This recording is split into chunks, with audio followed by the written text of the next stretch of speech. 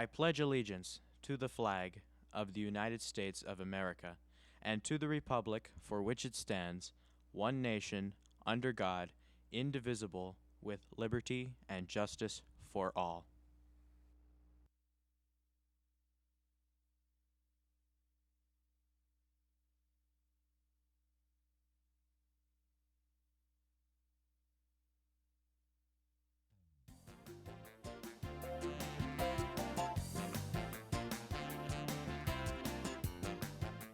Good morning, Mount Carmel area, and welcome to MCA Live. I'm Alexa Collins. And I'm Mackenzie Witt.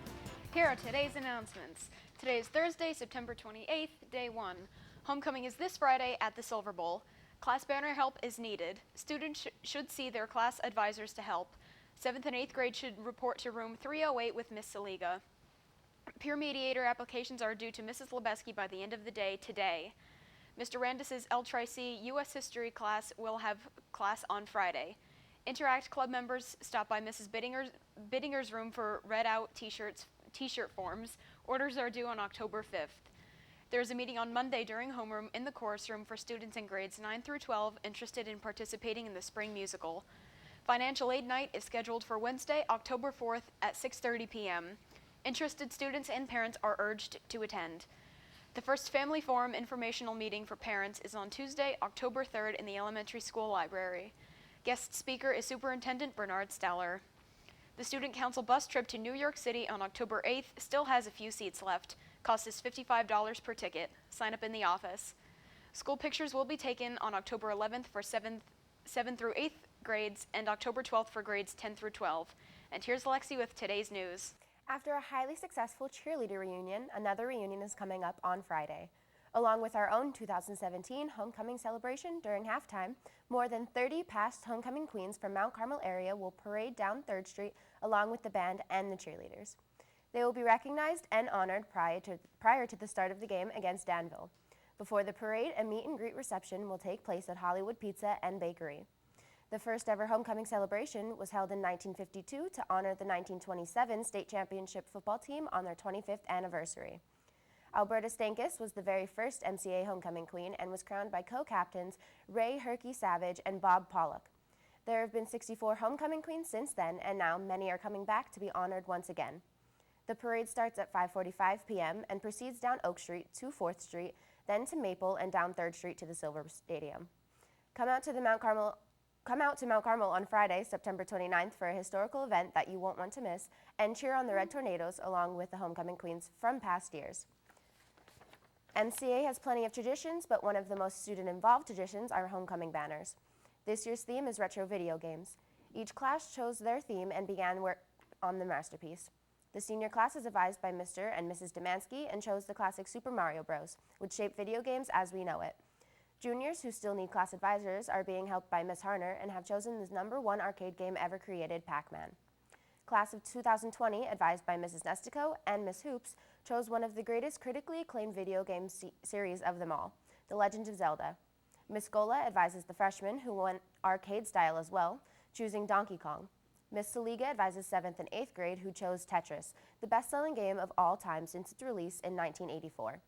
The finished product will be judged Friday at the homecoming game during halftime, so come out and see what each grade created. With the homecoming banner themes being vintage video games, it's bringing a couple teachers back to the good old days and getting the students interested in what they may have missed out on. So reporter Colin Erb tracked down some teachers and students to hear about their favorite video games. What is your favorite retro game? I was only ever really good at one, and it is Centipede. And I'm so excited. My husband, he's a very big Nintendo guy, and he just got the retro NES, whatever, and it has Centipede. And I beat him. He's fine. We're getting. I was told we didn't have this He's class. getting interviews. He's getting interviews. He's late. He knows. Games. Vic, what's your favorite video game?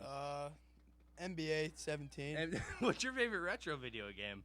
Like old school? Yeah, ones? I don't know. The old Call of Duties. The old I go back to, what's that little guy used to run around? Little Mario. Yeah, that's it. That's the only one you played. Right, You didn't play a different game. No. What's your favorite retro game? Me, Pac-Man. Pac-Man. We know you have a favorite video game, don't you? Do I have a favorite video game? Yeah, you have to have a favorite retro video game. Everyone played video games as a kid, don't? All right. That's a close call, but mine was probably between Donkey Kong actually, and Spyro. And that one's like was kind of in the middle. Like it's still going, but it's also an old one. They're coming out with a Spyro remastered. Are you gonna invest in that? Maybe, because I really liked my game. I had one Game Boy Advanced thingy, and it was one of those little mini ones, and that was what I played on my hour-long bus ride. Is your favorite video game? My favorite video game. I don't play video games. So like you're telling me as a kid you didn't go in the little arcade and you pick your favorite game? With asteroids. Asteroids. Yes. Asteroids versus Space Invaders. Who wins? Asteroids. Asteroids all day. That was my big Atari game. My favorite retro game has to be Mega Man in that series. I've got a poster hanging up in there of it. It's one of the earliest games I remember playing back when I had an original Nintendo, and one of my favorite games to date is Mega Man X on the Super Nintendo. I think more people need to experience it, and they need to make more of them. We're in the lunchroom. It's pretty intense in here, but can you tell me your favorite retro video game? I'd have to say Donkey Kong. We're talking about retro video games, but we heard that you were a big fan of pinball machines. So take us back to your day. What is your favorite pinball machine, and were you any good at it? Okay, I wasn't good at it, but I did have a favorite pinball machine. I don't remember what the name was, but where the former junior high was. It is now the Mount Carmel Police Building, I think.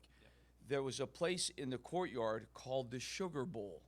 And in the Sugar Bowl, we used to hang out and play pinball machines. I'm trying to remember what the favorite one was. I can't remember. But my love for pinball was the hand-eye coordination and the actual thrill of seeing if you can keep that ball going up and down that board. So it was bragging rights if you can score points. And it was a big board in the front there, and you just kept that thing moving.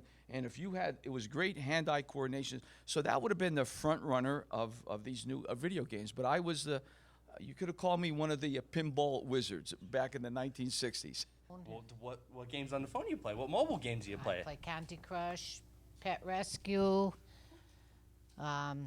Alphabetty. I like to do that. So like you like those match 3 in a row, yeah. Yes, that's what I like. So what's your favorite retro game? Super Mario Brothers. Which one exactly? Like Mario Kart or like the old classics? The old classics. Everyone likes video Everyone games. likes video Everyone games. likes video games. Of course. What is your favorite retro video game? Like Pac-Man and Galaga and all yeah, that stuff. Yeah. I don't think there's anyone in this school that could beat me in Donkey Kong. Oh, right. What you're saying is next fun fair. Next fun fair, I think I could beat anyone in Donkey Kong. Okay, so you're challenging the entire school to a Donkey Kong Anyone who thinks that competition. they could beat me, I'm ready for it. You guys heard it first. Next fun fair, whenever it may be, Evan Salamone, Donkey Kong champion. You can be the next champion.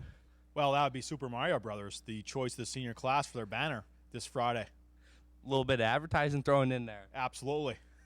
I can't work the whole period. I got stuff to do. Then I'll just be like, hey, you got to go do stuff. The banner selection will happen tomorrow night underneath the Friday night lights, so make sure to venture out to vote for your favorite game onto the leaderboard. Today's word of the day is dawdle. Students shouldn't dawdle at their lockers in between classes or they'll be late for class. Keep watching to find out what dawdle means. And we'll be right back with Sammy and sports.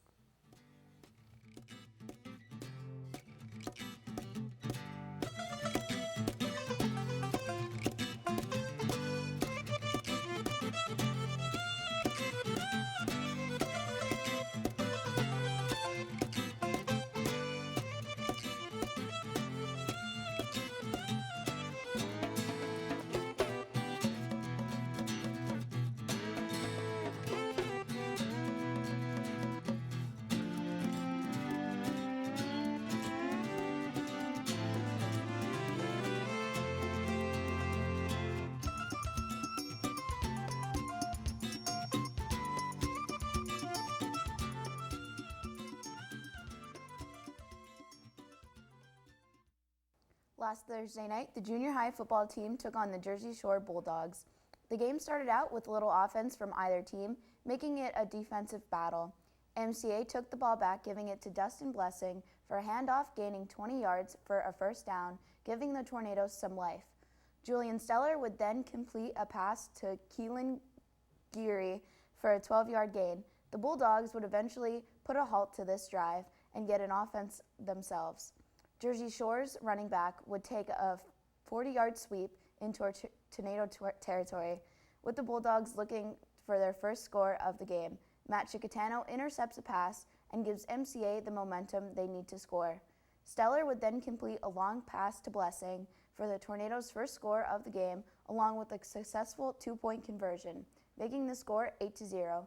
Jersey Shore answered back quickly with a score of their own. The Bulldogs would fail to convert on the 2-point conversion, making the score 8-6. MCA would get their third win, remaining undefeated. The junior high Tornadoes play tonight at home starting at 5. The freshman game is postponed till October 11th. Last night's scores, varsity girls hosted Bloomsburg and won 5-2. Tonight in sports, varsity boys soccer travels to South Williamsport at 4:30 p.m.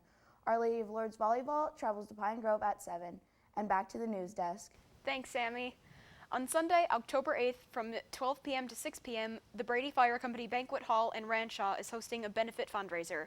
Chrissy's Cancer Crusade will have food, raffles, and a Chinese auction, but more importantly, it helps a great cause. Admission is free, but raffle tickets will be sold at the door. This event will support a great cause with all proceeds going toward Chrissy Koget's battle against cancer. The hosts of the event ask for donations of gift cards or monetary donations, but more importantly, organizer Samantha Koget asks for support to turn this battle into a war against cancer. Come out to the event on October 8th and enjoy yourself while also joining a fight against this disease. For more information, you can contact organizer Samantha Koget at 570-975-9955. Dawdle is a verb originating from 1656, meaning to waste time or spend time idly. Students shouldn't dawdle at their lockers in between classes or they'll be late for class. And for today's lunch, burrito bowl, broccoli, pineapple tidbits, and choice of milk. And for tomorrow's breakfast, bacon, egg, and cheese on an English muffin, whole grain cereal with toast, assorted bagels, chilled juice or fruit, and low-fat milk. And for today's Tornado Pride winners, 11th and 12th grade, Ava McGee, Carissa Kaler, Sherry Ann Carpenter, Rosalie Ortega, and Sammy Darup. That's all for today's broadcast. Come out and pick your favorite class banner. And support Chrissy's Cancer Crusade. Have a great day, MCA.